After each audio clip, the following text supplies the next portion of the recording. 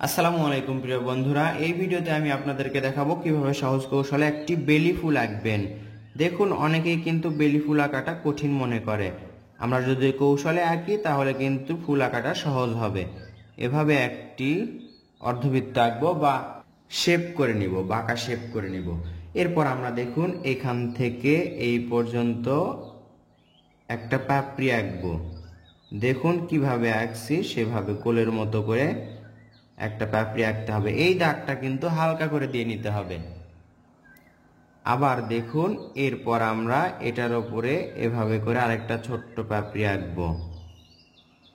এরপর এই ছোট্ট পাপড়ির পাশ থেকে এভাবে করে আরেকটা বড় পাপড়ি আঁকবো, একেবারে এটার সাথে লাগাই দিব।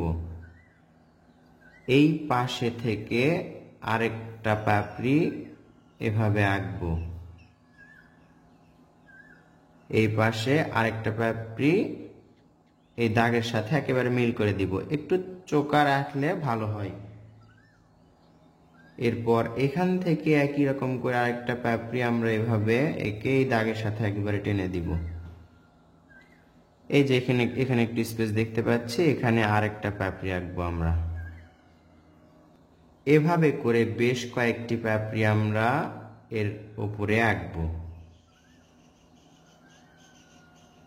দেখুন, একটু খেয়াল করুন, আমরা কিন্তু সহজ কৌশলে পাপড়িগুলো আঁকছি।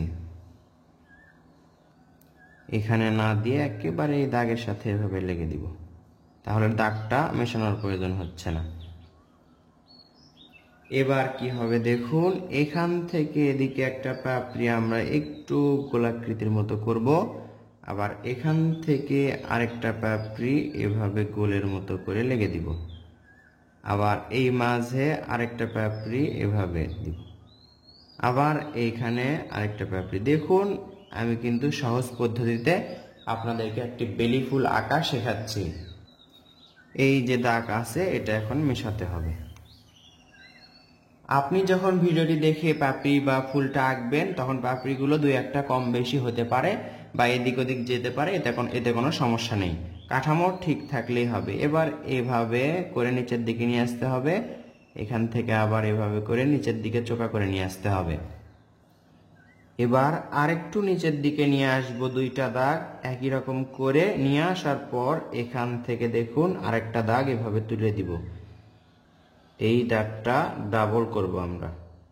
দাগটা মিশে একটু ছোট করলাম। দেখুন, এখান থেকে এভাবে করে এবং এখান থেকে এভাবে করে দুইটা দাগ দিয়ে এইভাবে নিচের দিকে নিয়ে এসে কয়েকটা দাগ আঁকতে হবে এরকম। এখানে আমরা কলি বা ছোট ফুল আঁকবো। ফুল ফোটার আগের মুহূর্তে যেটা থাকে সেটা আঁকবো। এইরকম করে গোল করে দিব শুধু। চাইলে এর মাঝে সামান্য একটা, দুইটা, তিনটা দাগ এভাবে দিতে পারি। আবার আমরা দেখুন এই পাশ থেকে এভাবে করে আরেকটা দাগ তুলে দিব এবং এখান থেকেও ডাবল করে একই রকম করে দাগ তুলে দিব এবং ঠিক এখানে যেরকম করেছি দেখুন এরকম, এটা সরাসরিও আমরা করতে পারি, তিনটা অথবা চারটা এরকম করে দিয়ে দিলাম। এখন এটা আবার গোল করে দিব।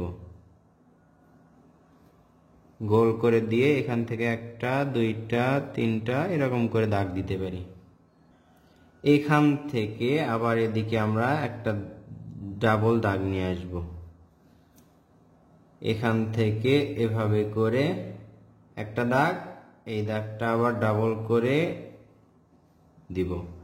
এখান থেকে এভাবে করে একটা দাগ, পাতা আঁকছি আমরা, এখান থেকে আরেকটা দাগ এরকম। এই পাতার মাঝে এভাবে দাগ দিতে হবে।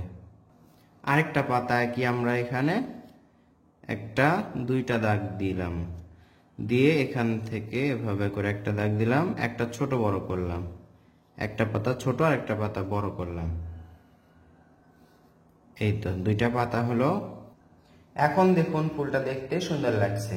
তো বন্ধুরা, এই ফুলে যদি আমরা রং করে দেখাই দেখতেই পাচ্ছেন তাহলে এরকম হবে। শুধু সবুজ রংগুলো নিয়ে, সবুজ রংটা নিয়ে দুই পাতায় করলাম এবং এই ডালে ফুলের নিচের অংশে করলাম। এরপর যদি চান এরকমই রাখতে পারেন, এতেই বেলি ফুলটা রং করা হয়ে যায়। যদি চান তাহলে এরকম হলুদ রংটা নিয়ে নিচের দিক থেকে এভাবে উপর দিকে হালকা করে তুলে দিতে হবে, হালকা, একেবারে হালকা।